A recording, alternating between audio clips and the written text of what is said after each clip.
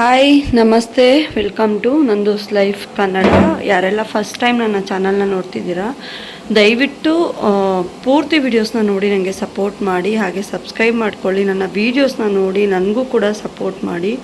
ತುಂಬ ಮನಸ್ಸಿಗೆ ಬೇಜಾರಾಗಿ ನಾನು ಈ ವಿಡಿಯೋನ ಇವತ್ತು ಅಪ್ಲೋಡ್ ಮಾಡಲಾ ಬೇಡವಾ ಅಂತ ಯೋಚನೆ ಮಾಡಿ 100 ಸತಿ ಯೋಚನೆ ಮಾಡಿ ನಾನು ಮಾಡ್ತಾ ಇರೋದು. ಎಷ್ಟು ಮನ್ಸಿಗೆ ದುಃಖ ಆಗ್ತಿದೆ ಅಂದರೆ ಹೇಳ್ಕೊಳಕ್ಕಾಗ್ತಾ ಇಲ್ಲ ನನಗೆ. ಯಾಕೆ ಅಂದರೆ ಇಷ್ಟು ನಾನು ಬೆಳಗ್ಗೆ 3 ಗಂಟೆ 4 ಗಂಟೆ 5 ಗಂಟೆ ವೀಡಿಯೋಸ್ಗೋಸ್ಕರ ವೀಡಿಯೋಸ್ ಮಾಡಿಕೊಂಡು ಮನೆ ಕೆಲಸನೂ ಮಾಡಿಕೊಂಡು ನಾನು ಎಲ್ಲನೂ ಮಿಸ್ ಮಾಡಿದೆ. ಆಚೆ ಕೆಲಸ, ಹೋಟೆಲ್ ಕೆಲಸ ಮಾಡೋದಾದ್ರೆ ಅಲ್ವಾ ಎಷ್ಟು ಕಷ್ಟ ಆಗುತ್ತೆ.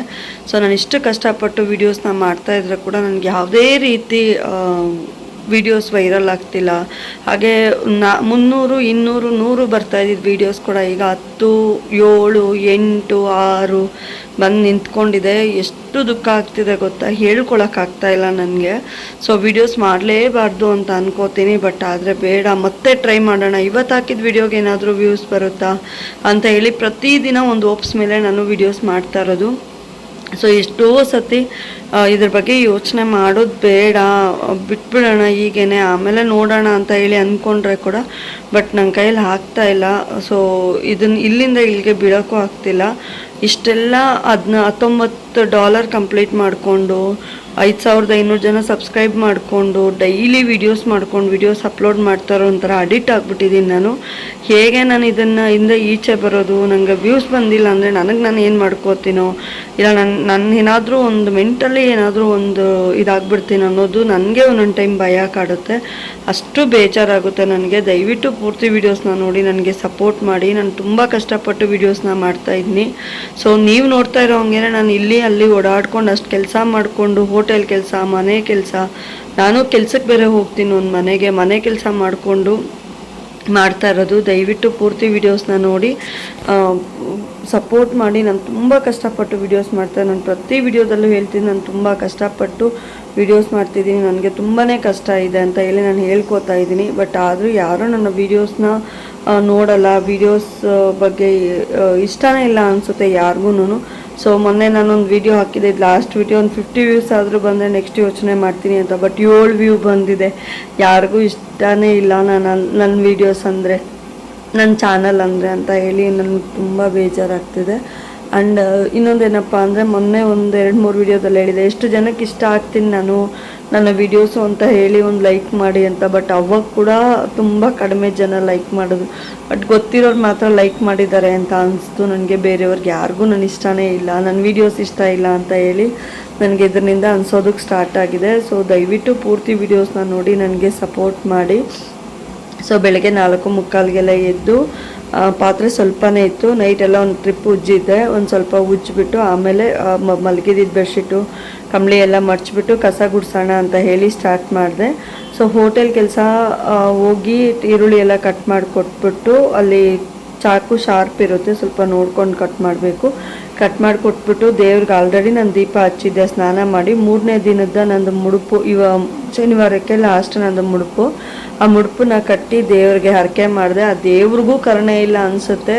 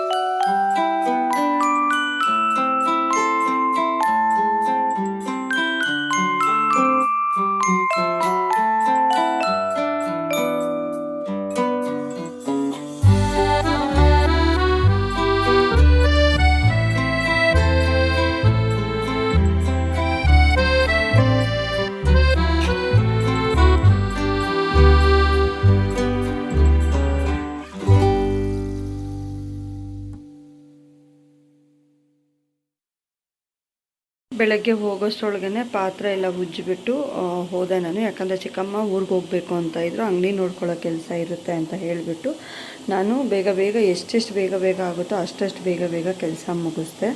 ಸೊ ದಯವಿಟ್ಟು ಪೂರ್ತಿ ವಿಡಿಯೋಸ್ನ ನೋಡಿ ನನಗೆ ಸಪೋರ್ಟ್ ಮಾಡಿ. ಯಾವ್ಯಾವ ಜನ್ಮದಲ್ಲಿ ಯಾವಾಗ ಏನೇನು ಮಾಡಿರ್ತೀವೋ ನಮಗೆ ಗೊತ್ತಿಲ್ಲ. ಸೊ ಅದು ಒಂದು ಟೈಮಲ್ಲಿ ನಮಗೆ ಅರ್ಥ ಮಾಡಿಸ್ಬಿಡುತ್ತೆ, ನೀವು ಇಂಥ ಜನ್ಮದಲ್ಲಿ ಇಂಥವ್ರು ನೀವು ಮಾಡಿದ್ದೀರಾ ಅಂತ. ನಾನು ಯಾಕೆ ಈ ಮಾತು ಹೇಳ್ತಾ ಇದ್ದೀನಿ ಅಂದರೆ, ಸೊ ಈ ಕೂದಲನ್ನ ನಾನು ಯಾಕೆ ಇಲ್ಲಿ ಇಡ್ತಾ ಇದ್ದೀನಿ ಅಂದರೆ, ಲಾಸ್ಟ್ ವೀಡಿಯೋದಲ್ಲಿ ನಾನು ಹೇರ್ ಕಟ್ ಮಾಡಿದ್ದೆ, ಅದನ್ನು ಒಂದು ಹಸಿರು ಗಿಡದ ಕೆಳಗಡೆ ಇಡಬೇಕು ಅಂತ ನಾನು ಹೇಳಿದ್ದೆ. ಯಾಕೆ ನಾನು ಈ ಮಾತು ಇವತ್ತು ಹೇಳಿದೆ ಅಂದರೆ, ಸೊ ನಾವೇನೋ ಒಂದು ಕೆಲಸ ಮಾಡಿ ಆ ಕೆಲಸ ಆಗುತ್ತೆ ಅಂತ ವೆಯ್ಟ್ ಮಾಡ್ತಾ ಇರ್ತೀವಿ, ಬಟ್ ಆ ಕೆಲಸ ಆಗೋದಿಲ್ಲ. ಇನ್ನೂ ಕೆಲವರು ದುರಾದೃಷ್ಟ ಅಂದರೆ ನನ್ನಂಥವ್ರು ಇರ್ತಾರಲ್ವ ದುರಾದೃಷ್ಟದವರು, ಅವ್ರ ಹಣೆ ಬರೋಕ್ಕೆ ಯಾವ ಕೆಲಸನೂ ಆಗೋದಿಲ್ಲ.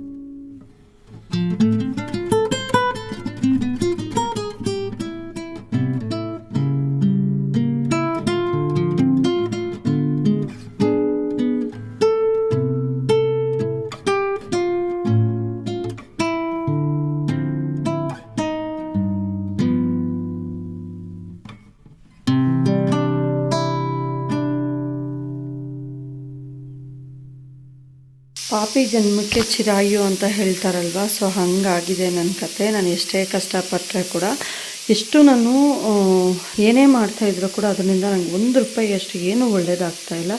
ಸೊ ನಂಗೆ ನಿಜವಾಗ್ಲೂ ಮನಸ್ಸಿಗೆ ಬೇಜಾರು ಅನ್ನೋದಕ್ಕಿಂತ ನಾನು ಬ್ಲೇಮ್ ಎಷ್ಟು ಮಾಡ್ಕೋತಿದ್ದೀನಿ ಅಂದರೆ, ನಾನು ಇರೋದ್ರಿಂದ ಇಲ್ಲ ನನ್ನ ಜನ್ಮನೇ ಏನೇನೋ ಯೋಚನೆ ನಂದು ಹೇಳ್ಕೊಳಕ್ಕಾಗದೇ ಇರೋವಂಥದ್ದು. ಜೀವನದಲ್ಲಿ ಏನಿಂದನೂ ನನಗೆ ಸುಖ ಕಂಡಿಲ್ಲ.